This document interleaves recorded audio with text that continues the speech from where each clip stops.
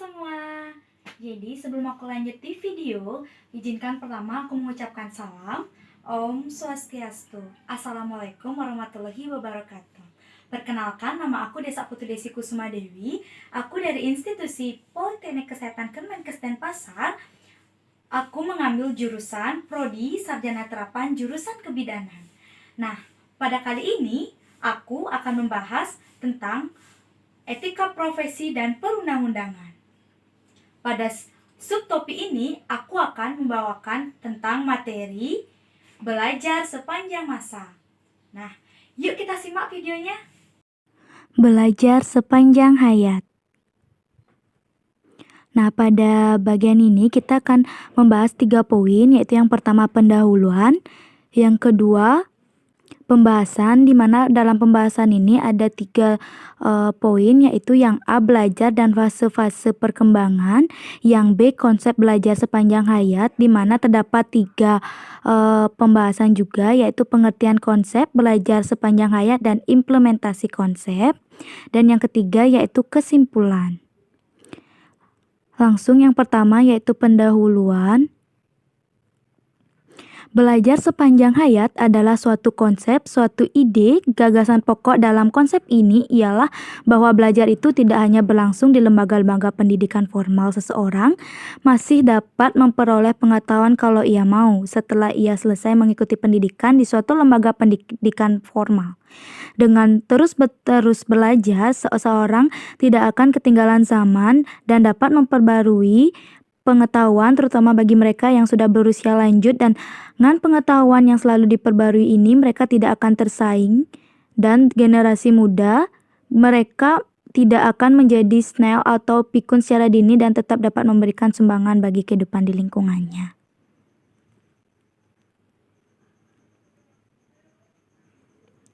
Yang kedua yaitu pembahasan.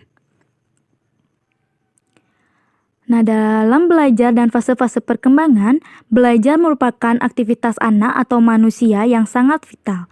Dibandingkan dengan makhluk lain, di dunia ini tidak ada makhluk hidup yang sewaktu baru dilahirkan sedemikian tidak berdayanya seperti bayi manusia. Sebaliknya, tidak ada makhluk lain di dunia ini yang setelah dewasa mampu menciptakan apa yang telah diciptakan manusia dewasa. Adapun belajar itu sendiri dapat didefinisikan antara lain. Yang pertama yaitu dari Hildegard mengatakan learning is the process by which an activity organized as checked through training producer, whether in the laboratory or in the natural environment. Di mana belajar adalah proses yang melahirkan atau mengubah suatu kegiatan melalui jalan latihan, apakah dalam laboratorium atau dalam lingkungan alamiah. Yang kedua yaitu dari Morgan, belajar adalah setiap perubahan yang relatif menetap dalam tingkah laku yang terjadi sebagai suatu hasil dari latihan atau pengalaman. Yang ketiga yaitu dari James Peterfield, learning atau hal belajar pengetahuan yang berarti perolehan dari sembarangan perubahan yang relatif permanen dalam tingkah laku sebagai hasil praktek aktualis pengalaman.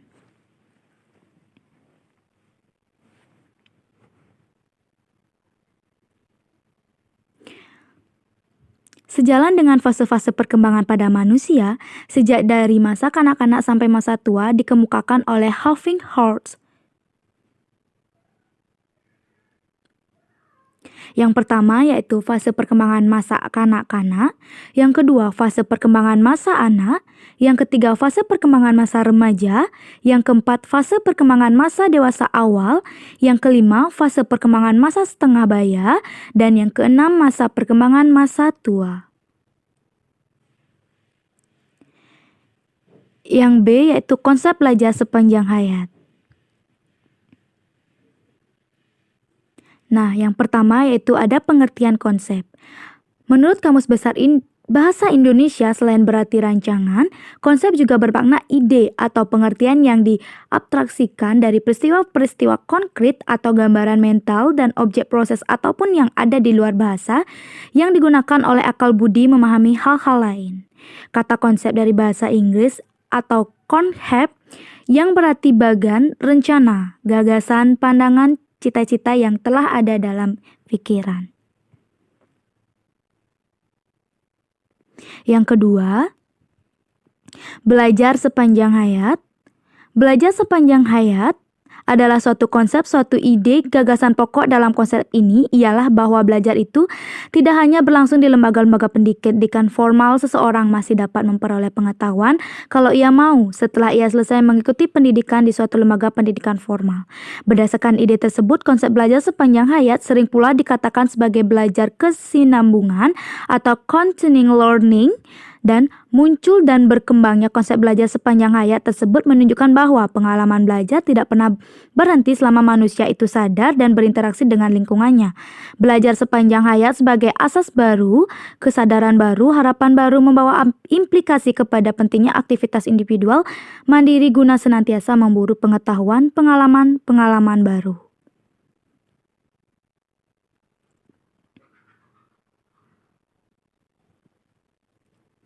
Yang ketiga yaitu ada implementasi konsep, di mana dari segi tujuan, belajar sepanjang hayat ini pada mulanya bersifat individual, yakni untuk memperkaya kehidupan rohani atau intelektual seseorang. Pada tahap perkembangan selanjutnya, belajar sepanjang hayat ini mulai berkembang dan mengembangkan tujuan-tujuan yang bersifat sosial. Mulai disadari bahwa kegiatan belajar mengajar sepanjang hayat ini tidak hanya menguntungkan perorangan saja, melainkan juga bermanfaat bagi masyarakat secara keseluruhan. Belajar sepanjang hayat akan bermanfaat apabila mendapatkan respon positif dari individu atau warga masyarakat yang memiliki kemauan dan kegemaran untuk belajar secara terus-menerus sesuai dengan kebutuhan masing-masing individu warga belajarnya. Dengan demikian, konsep belajar sepanjang hayat memiliki signifikasi di dalam masyarakat. Nah, yang terakhir yaitu kesimpulan, di mana yang pertama, konsep belajar sepanjang hayat adalah suatu ide atau gagasan yang menyatakan bahwa belajar dalam arti sebenarnya adalah sesuatu yang berlangsung secara terus-menerus sepanjang kehidupan. Hal ini sesuai dengan tinjauan psikologis yang menjelaskan bahwa pada setiap fase perkembangan setiap individu perlu dibelajar agar dapat melaksanakan tugas-tugas pada setiap fase perkembangan tersebut.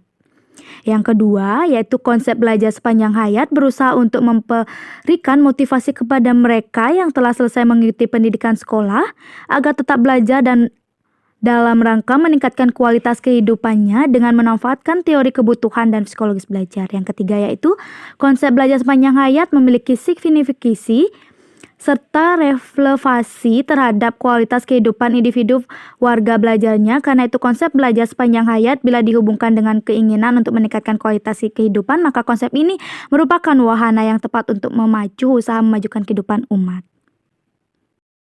Nah, oke teman-teman, nah jadi itulah paparan materi yang bisa aku sampaikan melalui PowerPoint. Aku harap semoga teman-teman bisa memahami, dan terima kasih untuk menonton video aku, dan semoga bisa bermanfaat bagi kalian semua. Dan saya tutup dengan kalimat Santi. Om Santi Santi Santi Om. Wassalamualaikum warahmatullahi wabarakatuh. Bye bye.